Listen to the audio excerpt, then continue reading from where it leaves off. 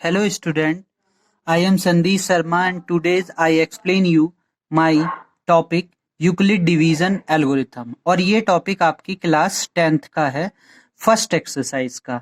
और इस वीडियो को देखने से पहले आपको मेरी प्रीवियस 2 वीडियो देखनी पड़ेगी, क्योंकि जब मैं आपको यूक्लिड डिवीजन एल्गोरिथम एक्सप्लेन करूंगा तो उस टाइम पर आपको यूक्लिड डिवीजन लेमा के बारे में पता होना चाहिए। इस वीडियो को स्टार्ट करने से पहले मैं आपसे चाहूंगा कि आप मेरे चैनल वरद विनायक क्लासेस को सब्सक्राइब करिए, और अगर आपको ये वीडियो पसंद आती है तो आप मेरी वीडियो को लाइक भी करिए, क्योंकि आपके एक लाइक से मुझे मोटिवेशन मिलता है अपनी नई वीडियो को बनाने का। Now I start my topic Euclid division algorithm.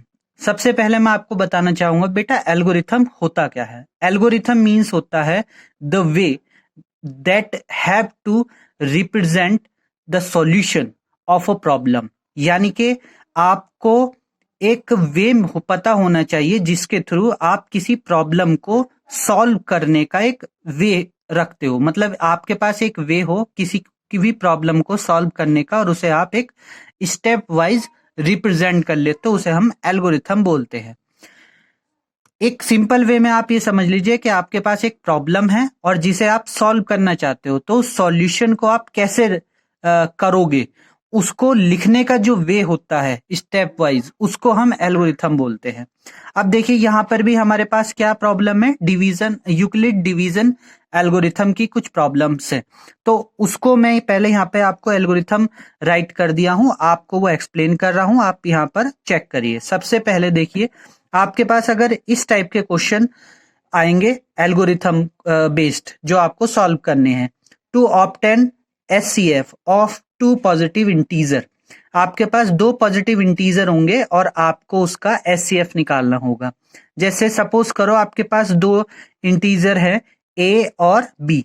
सबसे पहली चीज, यूक्लिड डिवीजन एल्गोरिथम तभी अप्लाई होगी जब आपके पास पॉजिटिव इंटीजर हो, वो भी 2 पॉजिटिव इंटीजर्स हो, तभी आप यूक्लिड डिवीजन एल्गोरिथम अप्लाई कर सकते हैं। इंपॉर्टेंट पॉइंट, इसे आप हाईलाइट कर लीजिए अपनी याद करने के लिए कि 2 पॉजिटिव इंटीजर आपके पास होने चाहिए। Such as A and B, मैंने मान लिए यहाँ पर कि आपके पास 2 इंटीजर हैं ए एंड बी। अब स्टेप 1 देखिए। फर्स्ट ऑफ ऑल सबसे पहले आपको क्या चेक करना है, चेक करो कि कौन सा इंटीजर सबसे बड़ा है। ए और बी में कौन सा इंटीजर सबसे बड़ा है। जैसे आपको मैं एक एग्जांपल दे रहा हूं, यहां पर आपको मैंने लिखा 14 और ये लिखा 27। ये 2 पॉजिटिव इंटीजर है, देखिए पॉजिटिव भी हैं और इंटीजर वैल्यू भी हैं। तो इसमें आपको चेक करना है कि कौन सा सबसे बड़ा इंटीजर है। जैसे यहां पर आपको दिखाई दे रहा है कि 27 बड़ा इंटीजर है। ओके, तो यहां पर 27 आपको बड़ा इंटीजर मिल गया। तो सबसे पहले आपके पास यही स्टेप हुआ कि आपको चेक करना होगा कौन सा इंटीजर वैल्यू सबसे बड़ा है। उसे यहां पे लिख दीजिए। जैसे ए मैंने यहां पर मान लिया है कि ए बड़ा है और बी आपका छोटा है। ओके बेटा, नाउ स्टेप 2, दूसरे स्टेप पर आइए। अप्लाई करिए यूक्लिड डिवीजन लेमा। आप सबसे पहले जब चेक कर लिए कि आपका कौन सा इंटीजर सबसे बड़ा है, फिर उसके बाद आप यूक्लिड डिवीजन लेमा को यहां पर अप्लाई कर दीजिए इन दोनों वेरिएबल्स के साथ में। जैसे मैंने यहां पर अप्लाई करके लगाया है, देखिए ये लगा रखा है। ठीक है, A is equal to B Q plus R, A is equal to B Q plus R. और यहां पर ए और बी आपको पता ही है कि 2 पॉजिटिव इंटीजर्स हैं, और क्यू और आर आपके पास होल नंबर्स हैं, 2 होल नंबर्स हैं। देखिए आर की वैल्यू कभी भी आप देखिएगा, जब भी देखोगे आर की वैल्यू 0 और बी के बीच में ही होगी, 0 और बी के बीच में ही होगी। जीरो और बी के बीच में। जैसे सपोज करिए यहां पर मैंने आपको एक एग्जाम्पल दिया था, 27 बड़ा है 14 छोटा है, तो ए ये हो गया हमारे पास, बी ये हो गया। तो जब भी हमारा आर आएगा, आर जो आएगा वो कैसे आएगा, जीरो से या तो छोटा होगा, जीरो से या तो बड़ा होगा या उसके इक्वल होगा, ठीक है, और या फिर 14 से छोटा होगा। समझ में आ गया, जीरो से या तो बड़ा होगा या उसके इक्वल होगा या 14 से छोटा होगा। ये मैंने आपको इसके एग्जाम्पल के साथ यहाँ पर एक्सप्लेन कर दिया है। और आपको जब यहाँ पे ये लिखोगे तो आप कैसे राइट करोगे, देखिए 27 है तो 27 is equal to 14Q plus R. Okay बेटा, इस टाइप से आप इस वैल्यू को यहाँ पर राइट कर दोगे। ये अभी मैं आपको सिंपल एक एग्जाम्पल के बेस पे बता रहा हूं कैसे कैसे स्टेप आपको राइट करने हैं, फिर मैं आपको एक क्वेश्चन सॉल्व करके दिखाऊंगा, उससे आपका कंसेप्ट पूरा 100% एक प्रॉपर वे में आपको समझ में आ जाएगा। तो आपका फर्स्ट स्टेप आपने समझ लिया कि पहले आपको चेक करना है कौन सा इंटीजर बड़ा है। सेकंड स्टेप में आपको यूक्लिड डिवीजन लेमा लगाना है, जिसका फॉर्मूला होता है a is equal to B Q plus R, और जहां Q और R आपके दो होल नंबर्स हैं और A और B आपके टू पॉजिटिव इंटीजर्स हैं। नाउ स्टेप 3, तीसरे स्टेप पर देखिए क्या होगा। R की वैल्यू अगर आपके पास सपोज करो 0 आई, अगर आप यहां पर R की वैल्यू आपके पास 0 आ रही है तो B ही आपका पास क्या हो जाएगा, SCF हो जाएगा A और B का। ओके बेटा, अगर R की वैल्यू यहां पर आप 0 देते हो तो B आपका यहां पर SCF हो जाएगा। अगर सपोज करो एल्स मतलब नहीं होता, अगर आपकी ये वाली कंडीशन फॉल्स हो जाती है तो आपकी ये वाली कंडीशन ट्रू होगी कि या तो फिर आर जीरो नहीं होगा, या तो आर जीरो होगा या फिर आर जीरो ही नहीं होगा। तो जब जीरो नहीं होगा तो फिर से आपको यही लेमा अप्लाई करना है, पर आपके इंटीजर्स चेंज हो जाएंगे। वो मैं बता रहा हूं कैसे होंगे। देखिए यहां पर आपके पास अब क्या इंटीजर हो जाएंगे, बी और आर। दैट्स मीन कि यहां पर अब आपके पास इंटीजर हो जाएगा ये 14 और ये आर। ओके बेटा, ये 14 और ये आर वैल्यू के साथ फिर से आप यूक्लिड डिवीजन लेमा को यहीं से अप्लाई करना स्टार्ट करिए। फिर उसमें चेक करिए कि आर की वैल्यू 0 है या नहीं है। अगर 0 होती है तो आपके पास बी की वैल्यू जो आएगी, अब बी और आर के साथ में जो दूसरी वैल्यू आएगी बी की, वही वैल्यू वो आर आपके पास हो जाएगा, जो आपके पास आर बनेगा। इसी हिसाब से इसी प्रोसेस को दोबारा से रिपीट करते रहिए, कब तक, जब तक कि आर की वैल्यू 0 ना हो जाए। अब देखिए कंटिन्यूअस प्रोसेस इसी को करते रहिए टिल रिमाइंडर इज 0, जब तक कि आपके पास रिमाइंडर 0 ना हो जाए, यानी कि ये आर जो होता है आपके पास रिमाइंडर वैल्यू होती है। ओके बेटा, और डिवाइजर जो होगा वो आपका SCF बन जाएगा। एक शॉर्ट फॉर्म में मैं आपको बताता हूं कि ये जो A, B, Q और R है ये क्या क्या है। देखिए डिवाइड करना आपको आता होगा। अगर मैं आपको कहूं कि आपके पास ये क्वेश्चन है 420 डिवाइड बाई 4052, मैं आपको ये वाला एक एग्जाम्पल एक्सप्लेन कर रहा हूं, इसके थ्रू आपको मैं इस पूरे एल्गोरिथम का स्टेप बाय स्टेप आपको पूरा प्रोसेस करके बताऊंगा। तो आप ध्यान से एक बार देख लीजिएगा, बहुत इजी है। 2 नंबर का क्वेश्चन आपके एग्जाम में कई बार पूछा गया है, इसीलिए ये बता रहा हूं। बहुत इजी कंसेप्ट है, आपको एकदम से समझ में आ जाएगा। बस आपको ध्यान से मेरे इस चीज को, कंसेप्ट को देखना है कैसे कैसे है। देखिए आपके पास क्वेश्चन है, apply Euclid division algorithm to find the SCF of a numbers 4052 और 420, यानी कि 4052 और 420 का आपको क्या निकालना है, SCF फाइंड आउट करना है। तो इसमें आपको सबसे पहले मैंने आपसे बताया था कि फर्स्ट स्टेप चेक करिए। फर्स्ट स्टेप में क्या है, आपको चेक करना है कौन सा इंटीजर बड़ा है। तो यहां पर 2 पॉजिटिव इंटीजर हैं, ये कंडीशन मेरी फुलफिल होती है, इसलिए मैं यूक्लिड डिवीजन एल्गोरिथम अप्लाई कर सकता हूं क्योंकि ये दोनों पॉजिटिव हैं। अब स्टेप फर्स्ट पे चलते हैं। स्टेप फर्स्ट क्या कहता है हमसे कि पहले चेक करिए कौन सा ग्रेटेस्ट है। तो यहां पर 4052 ग्रेटेस्ट वैल्यू है 420 से। ओके बेटा, स्टेप 2 देखिए। स्टेप 2 में आपको क्या बताया गया है, apply the Euclid division lemma. अब यहां पर आपको यूक्लिड डिवीजन लेमा लगाना है। तो देखिए बेटा, इसमें आपके पास 4052 इधर की साइड लिखेंगे, क्योंकि हमारे पास फॉर्मूला होता है a is equal to B Q plus are.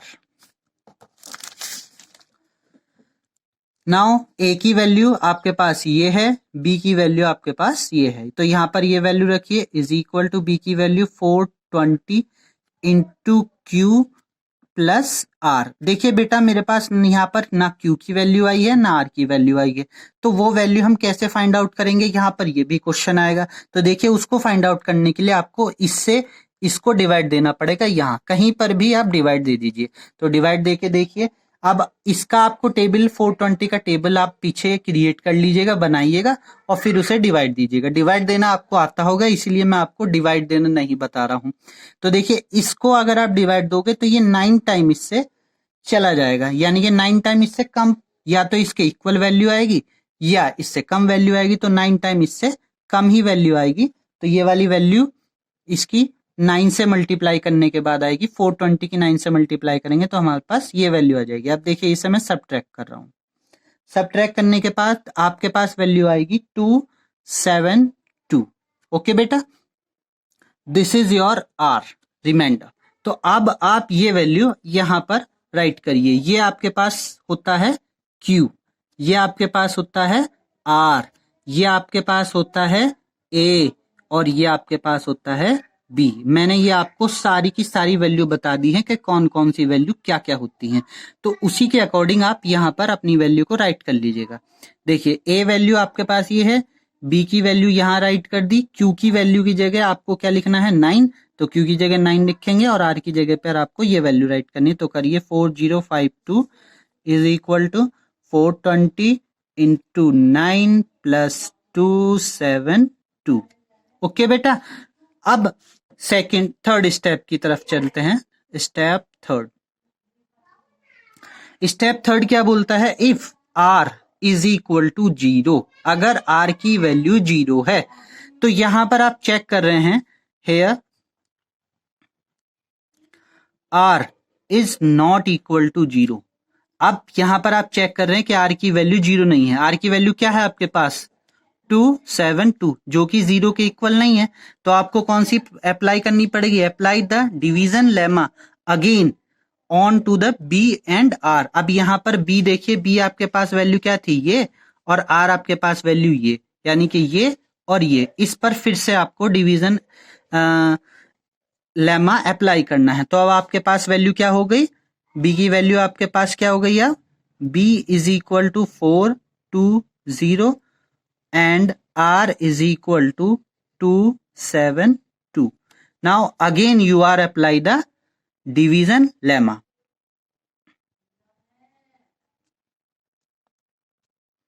Again apply division lemma. देखिए बेटा, इसका पूरा नाम है, आप पूरा नाम लिखिएगा, मैंने यहाँ पर डिवीजन लेमा लिख दिया है, इसका पूरा नाम है यूक्लिड डिवीजन लेमा। ओके बेटा, अब इस पे फिर से आप वही अप्लाई करिए फॉर्मूला। फॉर्मूला क्या था, वही ए की जगह अब आपके पास वैल्यू हो गई है बी, और बी की जगह आपके पास वैल्यू हो गई है आर। ये अब क्या बन गया है आपका, ये अब आपका बन चुका है ए, और ये आपके पास अब क्या बन चुका है बी। तो आप फिर से फॉर्मूला लगाएंगे, तो कैसे राइट करेंगे, 420 is equal to 272 into Q plus R. अब भी मेरे पास क्यू और आर की वैल्यू नहीं आई है, तो फिर मैं यहां पर राइट करूंगा। देखिए कैसे राइट करूंगा, 272 420, फिर इसे डिवाइड दीजिए, तो ये अब इसके पास 1 टाइम ही जा पाएगा, 2 टाइम नहीं जा पाएगा। तो इसको डिवाइड सबट्रैक्ट करेंगे, सबट्रैक्ट करने के बाद आपके पास वैल्यू आ जाएगी 148। तो अब यहाँ पर फिर से वैल्यू राइट करेंगे, तो क्या हो जाएगा 420 is equal to 272 into 1 plus 148। तो यहाँ पर फिर से आपके पास वैल्यू आ गई है, आर की वैल्यू अभी भी यहाँ पर 0 नहीं हुई है, तो स्टेप 4 की तरफ चलेंगे।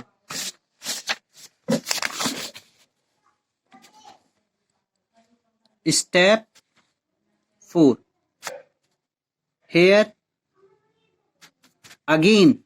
अब अगेन आपके पास जो वैल्यू है आर यानी कि रिमाइंडर, आर हमारे पास क्या है, रिमाइंडर है, reminder is not equal to 0, then आपको फिर अगेन अप्लाई करना पड़ेगा Euclid division lemma.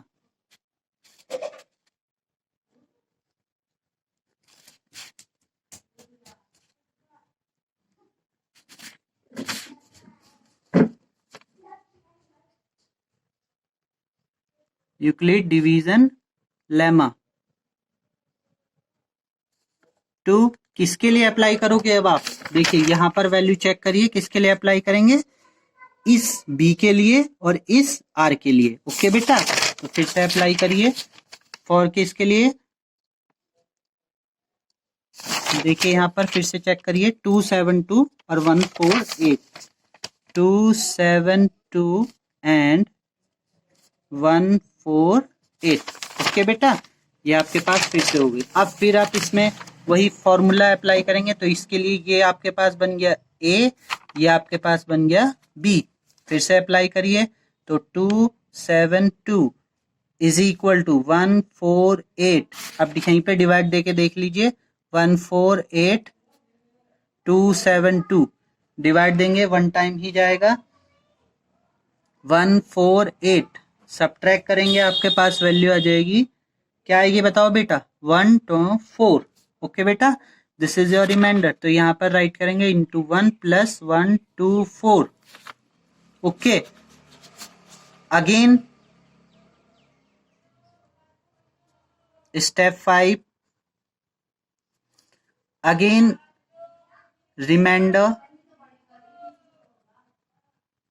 not equal to 0, then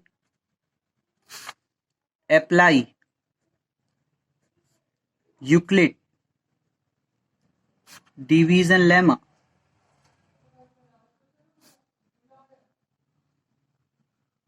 to किसके लिए अप्लाई करेंगे, आपके 148 और 124, 148 एंड 124।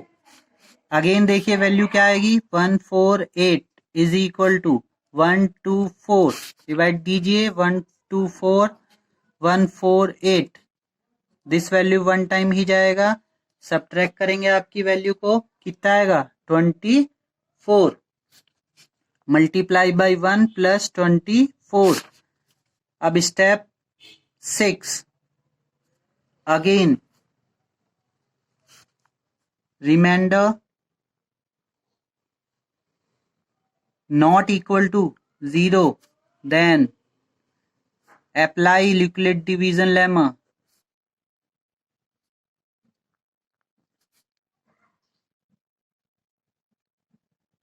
ओके बेटा, देन यहां पर अब आप किसके लिए लगाएंगे, 2 1 2 4 एंड 2 4 24, 1 2 4 एंड 24 लगाइए, 1 2 4 इज इक्वल टू 24। अब यहाँ पर फिर से डिवाइड दीजिए 24 से, 1 2 4 को डिवाइड देंगे, अब ये आई थिंक 5 टाइम आपसे चला जाएगा, 120 वैल्यू आ जाएगी 4 रिमाइंडर में, into 5 plus 4। Here this value again not equal to 0, ये इक्वल टू नहीं है आपके पास, फिर से रिमाइंडर फिर से इक्वल टू 0 नहीं आया, तो ये आपके पास स्टेप 7 में आ जाएगा, reminder not equal to 0, then apply Euclid division lemma